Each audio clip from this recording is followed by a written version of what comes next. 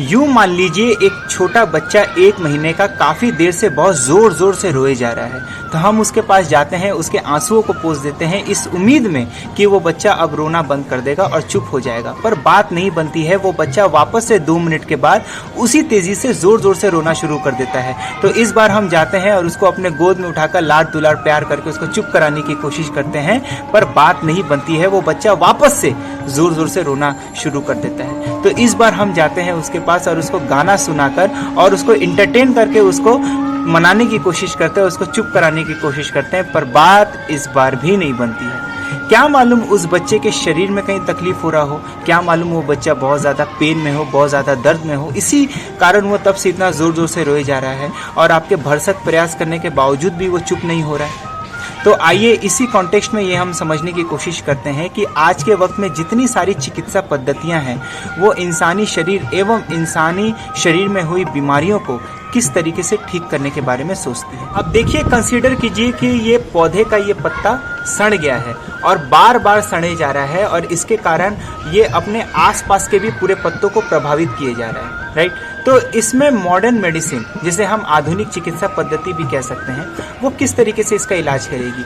वो इस पत्ते के ऊपर दवा लगाकर या इंजेक्शन के माध्यम से इसको ठीक करने की कोशिश करेगी, या फिर अगर ज़रूरत पड़े तो वो इस पत्ते को ही काट देगी कि झमेला ही खत्म, राइट। होम्योपैथी चिकित्सा पद्धति वो इस पत्ते के टहनी और इसके पूरे शरीर में ही दवा लगाकर इसको ठीक करने के बारे में सोचेगी, इस उम्मीद में कि अगर इसका शरीर सही हो गया तो पत्ता कभी सड़ेगा ही नहीं और बढ़िया उगेगा भी। लेकिन इस दौरान देखा गया कि इसका शरीर वापस से आसपास से खराब होना शुरू हो गया है और ये अपने आसपास के पत्तों को भी बहुत ज़्यादा बुरे तरीके से प्रभावित करना भी शुरू कर दिया है। अब बारी आती है आयुर्वेद चिकित्सा पद्धति या न्यूट्रिशन साइंस कह लीजिए या फियोनापैथी कह लीजिए। इनका ये मानना है कि भाई अलग से ना पत्ते को ठीक करने की ज़रूरत है, ना टहनी को ठीक करने की ज़रूरत है, ना अलग से इसके शरीर को ठीक करने की ज़रूरत है।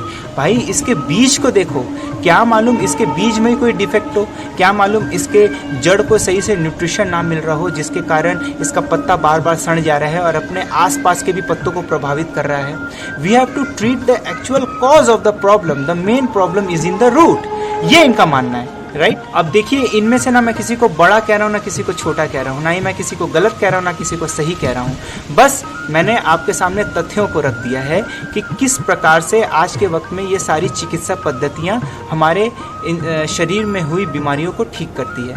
अब फैसला आपके हाथ में है। You have to take the decision कि आपको कौन सी चिकित्सा पद्धति के ऊपर विश्वास करना चाहिए, कौन सी चिकित्सा पद्धति आपको ठोस लगी, जिसके ज़रिए अगर आप इलाज कराएंगे तो आपकी सारी बीमारियां ठीक हो जाएंगी और आप आजीवन स्वस्थ भी रहेंगे। टेक द डिसीजन और नीचे कमेंट ज़रूर करिएगा। Thank you.